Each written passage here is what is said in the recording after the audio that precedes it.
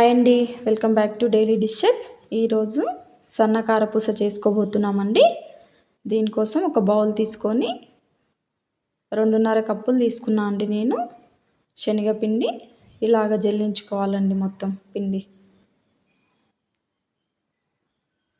ఇలా వీడియోలో చూపిస్తున్నట్టుగా ఇలా జల్లించుకొని దానికోసం ఒక 1/2 స్పూన్ పసుపు,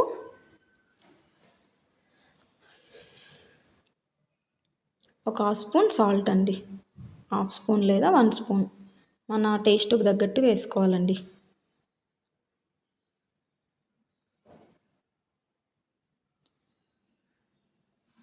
వాటర్ వేసుకొని ఇలాగ కలుపుకోవాలండి పిండి.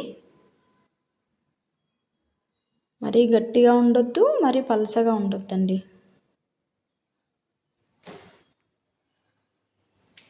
ఇలా బాగా కలుపుకోవాలండి పిండి.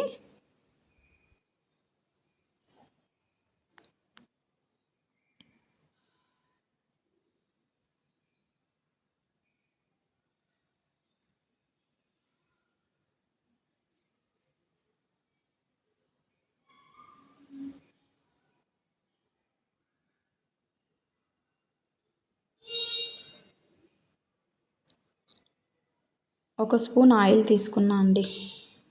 ఆయిల్ తీసుకొని కొంచెం మళ్ళీ ఒక్కసారి చేత్తో ఇలా మెత్తగా కలుపుకొని సైడ్లో పెట్టుకోవాలండి. ఇప్పుడు మురుకుల పావు గుట్టం ఉంటుంది కదండి, దాన్ని తీసుకొని కొంచెం ఆయిల్ అప్లై చేసుకోండి.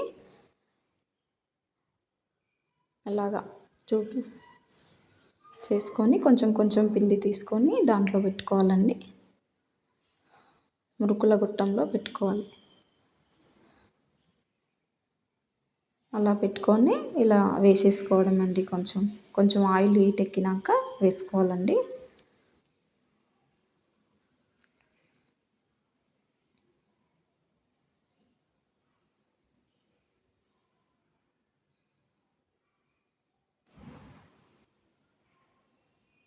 ఇలాగ చూసుకోండి ఒక్కసారి, మళ్ళొకసారి మళ్ళొక ఆయిల్ ఒత్తుకోండి ఇలాగా.